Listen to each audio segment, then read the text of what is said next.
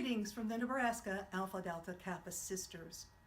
This year we are celebrating 70 years as a national organization. Also, the state of Nebraska is celebrating 60 years as an Alpha Delta Kappa chartered state. The state of Nebraska itself marked 150 years of statehood in March of this grand year 2017. The Nebraska Alpha Delta Kappa Executive Board is sponsoring this special video to commemorate these events.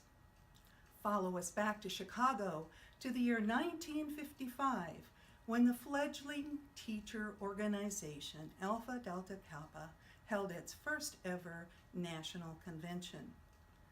We will be interviewing the four ladies we call founders of Alpha Delta Kappa. Welcome to Chicago, where the National Honorary Organization for Women Educators, called Alpha Delta Kappa, has just concluded the business meeting of its first national convention. These four ladies seated are the founders and the members of the executive board. Hattie Papineau, can you give us a little background as to why your organization is here and what you have accomplished? Yes, I certainly can. Alpha Delta Kappa was chartered in Kansas City, Missouri only 8 years ago. We strive to promote personal and professional growth in women educators. Agnes Shipman, Marie Neal, and Marion Southall and I have been members of the executive board, and we felt it was time to involve other capable members into the national leadership role.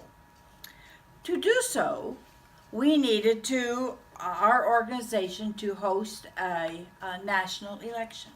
And what resulted from this election? From this election, the members elected Vera Neal McCauley as the first national president. Previously, Agnes filled that position, but she is going to continue as our National Executive Board president. You know, it was Agnes and Marie who had the dream and the drive for the inception of our organization. Agnes Shipman, how did Alpha Delta Kappa get its start? Well, I'm often asked that. I had observed that something was missing in an effort to bring about closer professional ties in women educators. I talked with Marie Neal about this need for women educators to affiliate, associate, and know one another instead of being separate entities. We pondered this for 2 decades. And finally, Marie Neal, Hattie Papineau, Marion Southall, and I signed the Alpha Delta Kappa Charter on August 13, 1947. Our first chapter was Alpha in Olathe, Kansas. Well, what was the difficulty in getting started?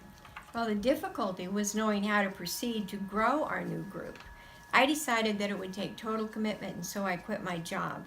I contacted superintendents I knew in various districts and obtained permission to address the women educators. Marie was my companion in travel. Marie Neal, will you please describe this formative work? Yes, we want to grow our chapters globally. We packed the necessary supplies to start up a new chapter that includes the initiation, symbols, charts, and paperwork. Then we load the car with cookies, punch, and paper products for after the initiation ceremonies. Along with our luggage and possible other passengers, we completely fill the car and go in search of new members. What are your duties? I am the secretary-treasurer of the organization. I take charge of all the paperwork and handle the dues money.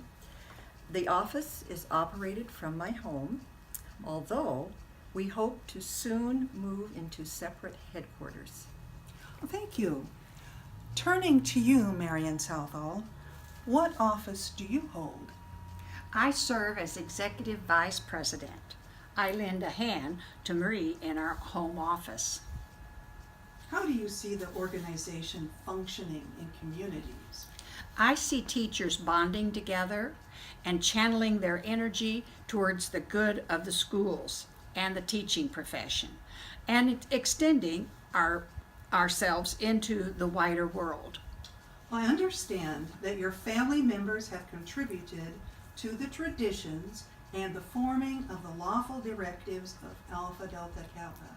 Quite right. My husband Richard is our legal counsel, and our son Richard composed the music of our theme song, and our daughter Caroline wrote the lyrics.